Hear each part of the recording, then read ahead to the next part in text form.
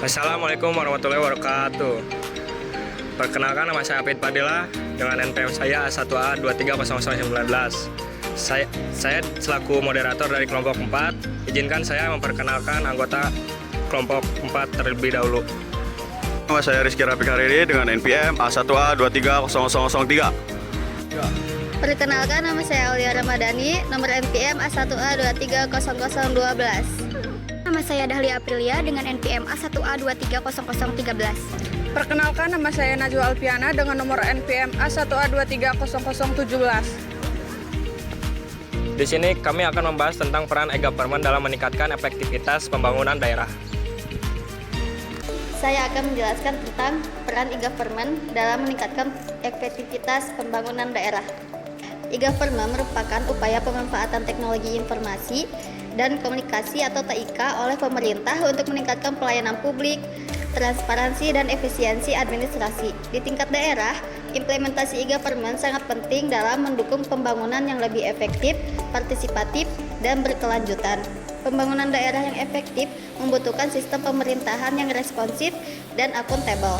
E-government berperan besar dalam mempercepat penyampaian informasi, memperluas akses layanan publik, serta memperbaiki tata kelola pemerintahan daerah.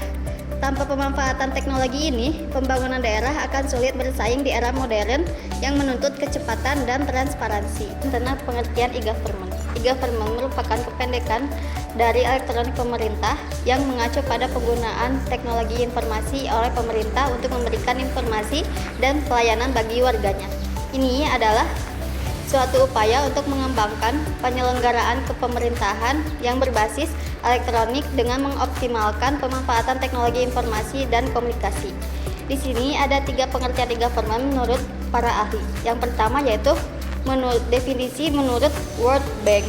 E-government adalah upaya pemanfaatan informasi dan teknologi komunikasi untuk meningkatkan efisiensi, efektivitas, transparansi, dan akuntabilitas pemerintahan dalam memberikan pelayanan publik secara lebih baik.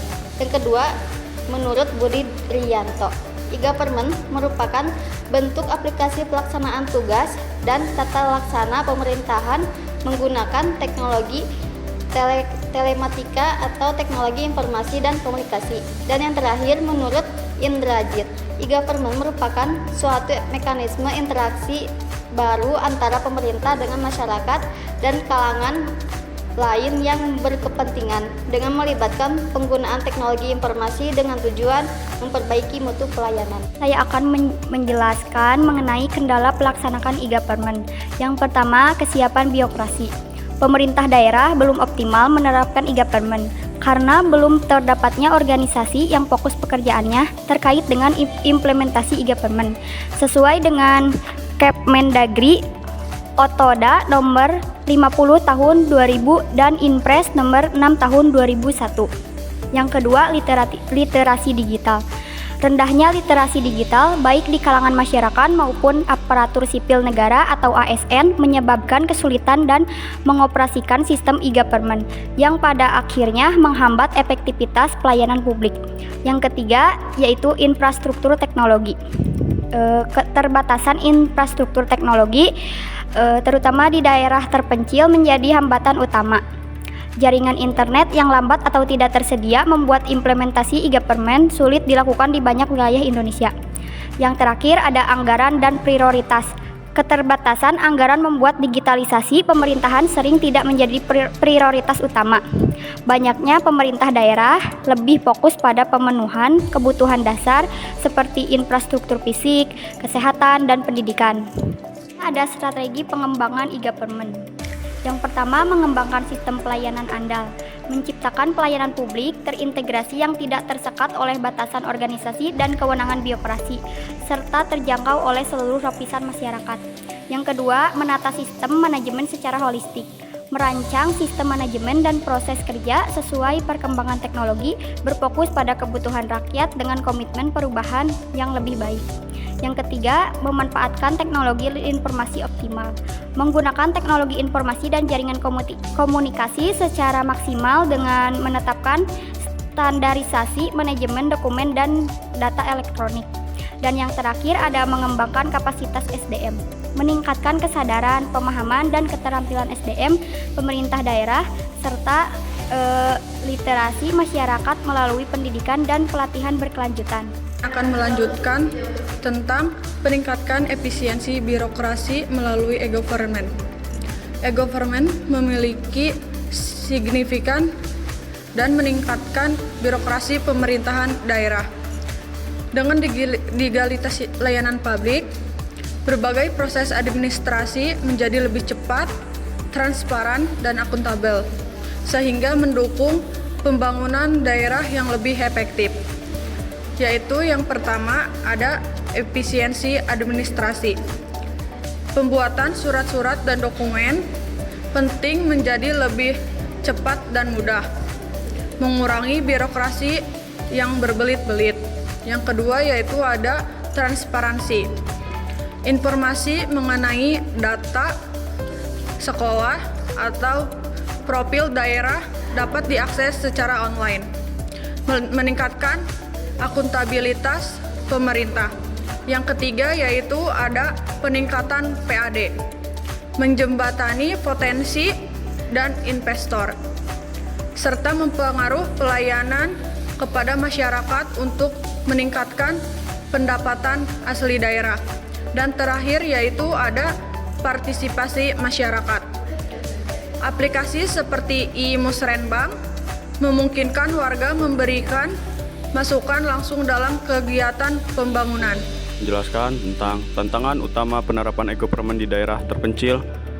Meskipun e-government membawa banyak manfaat implementasi, di daerah terpencil Indonesia menghadapi tantangan signifikan, kondisinya geografis, infrastruktur, dan sosial ekonomi yang beragam, menciptakan kesenjangan digital yang perlu diatasi untuk memastikan pemerataan manfaat digital pemerintahan.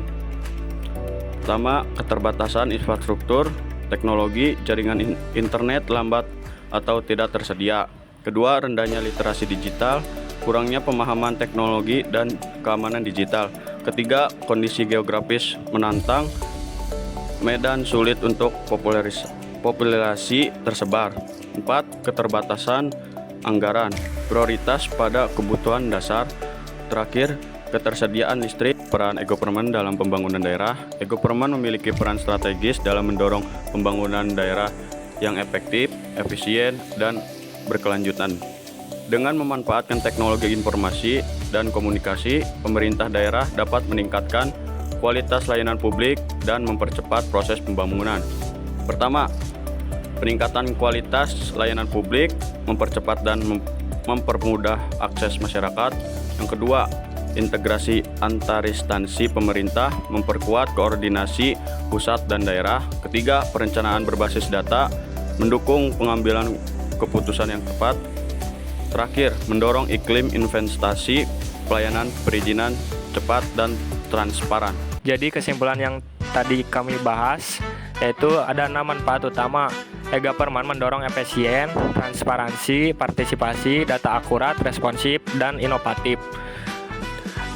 Lanjut, ada 4 tantangan besar: infrastruktur, literasi digital, geografis, dan anggaran masih menjadi hambatan. Yang terakhir yaitu ada 6 saran implementasi: perkuat infrastruktur, tingkatan SDM, perbarui sistem, dorong partisipasi, evaluasi berkala, dan kolaborasi. Dengan strategi yang tepat dan komitmen yang kuat, e-government dapat menjadi instrumen utama dalam menciptakan pemerintahan daerah yang efektif, efisien, transparan, dan akuntabel, sehingga mampu mendorong percepatan pembangunan daerah yang berkelanjutan dan inklusif. Sekian presentasi dari kelompok 4. Mohon maaf bila ada kesalahan maupun kekurangan. Wassalamualaikum warahmatullahi wabarakatuh.